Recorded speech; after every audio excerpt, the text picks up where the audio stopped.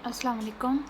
So in this video मैं जो आपको समझाने की कोशिश करूँगी वो है Haldane's effect transport of carbon dioxide in the blood. इससे पहले जो है वो बोर्स इफ़ेक्ट आपने पढ़ा होगा। बायोकेमिस्ट्री में भी जो ग्लोबुलर प्रोटीन्स वाला चैप्टर है उसके अंदर हमने बोर्स इफ़ेक्ट को देखा था। फैक्टर्स जो कि ऑक्सीजन डिसोसिएशन कर्व को राइट और लेफ़्ट शिफ्ट करते हैं। तो इसमें मैं आपको जो समझाऊँगी वो है हेल्डेन्स इफ़ेक्ट, जो कि बोर्स इफ़ेक्ट का टोटली ऑपोजिट है और जिससे जो है वो transport of oxygen carbon dioxide होती है इन द ब्लड।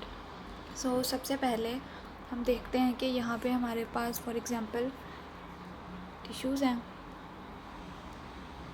ठीक है, ये हमारे पास जो है वो टिश्यू है और टिश्यू के पास जो है वो है ब्लड सप्लाई कि मैंने जो बनाई है ये है ब्लड वेसल। इसके अंदर जो है वो रेड ब्लड सेल्स हैं और रेड ब्लड सेल्स के अंदर है हीमोग्लोबिन। ये मैं ऐसे करके हीमोग्लोबिन शो कर रही हूँ। ठीक है, और ये ब्लड जो है वो ब्लड वेसल जो है वो जा रही है टुवर्ड्स द फॉर एग्ज़ाम्पल ये लंग्स शो किए हुए हैं। ठीक है, तो अभी हम हेल्डेन्स इफ़ेक्ट की डेफिनेशन और इसके जो है बात करते हैं। सबसे पहले आपको मैं ये समझा दूँ कि जो हमारे पास CO2 है ये 3 तरीक़ों से हमारे ब्लड में ट्रांसपोर्ट होती है और एट द लंग्स ये एक्सहेल होती है। नंबर 1 ये जो है वो डिज़ोल्व होती है इन द ब्लड, यानी कि CO2 की फॉर्म में जो डिज़ोल्व होके जाती है।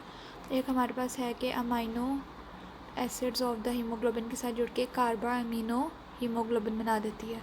दूसरी बात जो है वो है जो हीमोग्लोबिन से डायरेक्ट जो है वो कंबाइन होती है कार्बोक्सी हीमोग्लोबिन जिसे हम कहते हैं, या इसको हम ये भी कह सकते हैं बाइकार्बोनेट आयन की फॉर्म में। ठीक है, तो ये जो होता है वो 70% होता है, ये हमारे पास 30% या 23% और ये वाला 7%। तो सबसे मेजर फॉर्म जो है वो ये होती है और इसी को हम इसमें डिस्कस करेंगे कि किस तरह से होती है। तो एट द टिश्यू लेवल जब हम मेटाबॉलिज्म जो है वो टिश्यूज़ करते हैं तो एट द टिश्यू लेवल जो है वो ऑक्सीजन कम हो जाती है और कार्बन डाइऑक्साइड जो है वो बहुत ज़्यादा होती है।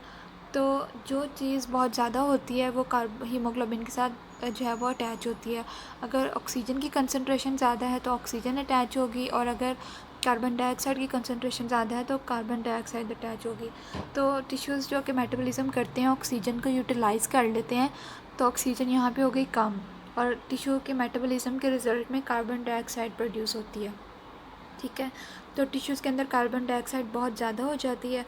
ये जो है वो डिफ्यूज़ होती है इनटू द ब्लड। यहाँ पे ये वाटर से कंबाइन होती है और ये कार्बोनिक एसिड बनाती है और इसके लिए जो एंजाइम है वो है कार्बोनिक एनहाइड्रेज। ये बहुत ही इंपॉर्टेंट एंजाइम है क्योंकि अगर ये एंजाइम ना हो तो रिएक्शन ये जो है वो बहुत ही स्लो हो, इसकी वजह से जो रिएक्शन है ये बहुत फास्ट हो जाता है और ये फिर डिसोसिएट हो जाता है into the hydrogen and HCO3 negative या बाइकार्बोनेट आयन। ठीक है, अब ये जो हाइड्रोजन है उसकी कंसंट्रेशन ज़्यादा होगी ब्लड में। अगर ये ज़्यादा रहेगी तो ब्लड की जो pH है वो लो हो जाएगी, एसिडिक हो जाएगी। तो हीमोग्लोबिन हमारे पास जो है वो बहुत ही एक अच्छा बफर सिस्टम है। तो हीमोग्लोबिन जो है वो हाइड्रोजन आयन अपने साथ अटैच करने लग जाता है। इसके साथ हाइड्रोजन आयन जो है वो हीमोग्लोबिन के साथ अटैच होने लग जाती है। ठीक है, तो ये अटैच हो गई हीमोग्लोबिन के साथ और ये जो बाइकार्बोनेट आयन्स है ना ये हमारे पास जो है वो साइड पे इंटरस्टिशियल फ्लूइड और जो प्लाज्मा है उसके अंदर डिज़ोल्व हो जाती है। ठीक है, तो बाइकार्बोनेट आयन जो हैं वो प्लाज्मा के अंदर डिज़ोल्व हो गए और इसके बदले में जो क्लोरीन है वो चली जाएगी इनटू द ब्लड वेसल, क्योंकि एक चीज़ देनी है तो एक चीज़ लेनी है। सिर्फ ये नहीं हो सकता कि बाइकार्बोनेट आयन्स जाएँ, तो इसलिए HCO3 नेगेटिव जो है वो बाहर आएगी जब प्लाज्मा के अंदर, तो क्लोरीन जो है वो इन द ब्लड वेसल जाएगी। इसलिए जो हमारे पास वेनस एंड है उसके अंदर जो क्लोराइड कंटेंट है वो ज़्यादा होता है as compare to the arterial end, और इस फिनोमेना को हम कहते हैं क्लोराइड शिफ्ट। तब हमारे पास क्या हुआ कि हमारे पास जो ब्लड वेसल्स थी, यहाँ पे दोबारा बना लेते हैं, जो ब्लड वेसल थी उसके अंदर जो हमारे पास RBCs थे उसके अंदर जो हीमोग्लोबिन थी उसके साथ जो है वो हाइड्रोजन आयंस अटैच हो गए हैं, ठीक है, हाइड्रोजन आयंस, और जो प्लाज्मा है उसके अंदर HCO3 नेगेटिव उसके अंदर आ गए हैं। तो अब ये हमारे पास जाती है टुवर्ड्स द लंग्स, ये लंग्स में गई। लंग्स में क्या होता है कि लंग्स में जो हम ब्रीथिंग कर रहे होते हैं जिसकी वजह से ऑक्सीजन कंसंट्रेशन जो है वो बहुत ज़्यादा होती है, और जो कार्बन डाइऑक्साइड है वो कम होती है, क्योंकि जो हमारे पास इनहेल्ड एयर है, जो एल्वियुलर एयर है उसके अंदर कार्बन डाइऑक्साइड बहुत कम है, जबकि ऑक्सीजन 21% है। तो जो चीज़ ज़्यादा होती है वो कंबाइन होती है, और ये जो हीमोग्लोबिन है जब यहाँ तक पहुँचती है तो ये एसिडिफाई हो चुकी होती है। तो अब एसिडिफाइड जो हीमोग्लोबिन है वो अपने साथ और CO2 अटैच नहीं करेगी। जब ऑक्सीजन बहुत ज़्यादा होने लग जाएगी तो ये जो हाइड्रोजन आयन है ये रिलीज़ करने लग जाएगा। ये हमारे पास हीमोग्लोबिन थी, इसके साथ हाइड्रोजन आयंस लगे हुए थे, ये अपने हाइड्रोजन आयंस जो हैं वो रिलीज़ कर देगा और अपने साथ जो है वो ऑक्सीजन को कंबाइन करने लग जाएगा। अब हमारे पास हाइड्रोजन आयंस जो हैं वो ब्लड के अंदर आ गए हैं, हाइड्रोजन आयंस।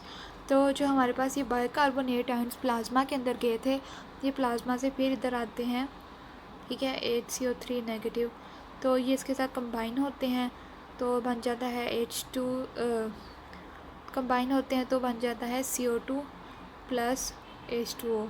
तो ये जो CO2 यहाँ पे प्रोड्यूस होती है ये हमारे पास सांस के ज़रिए एक्सेल हो जाती है।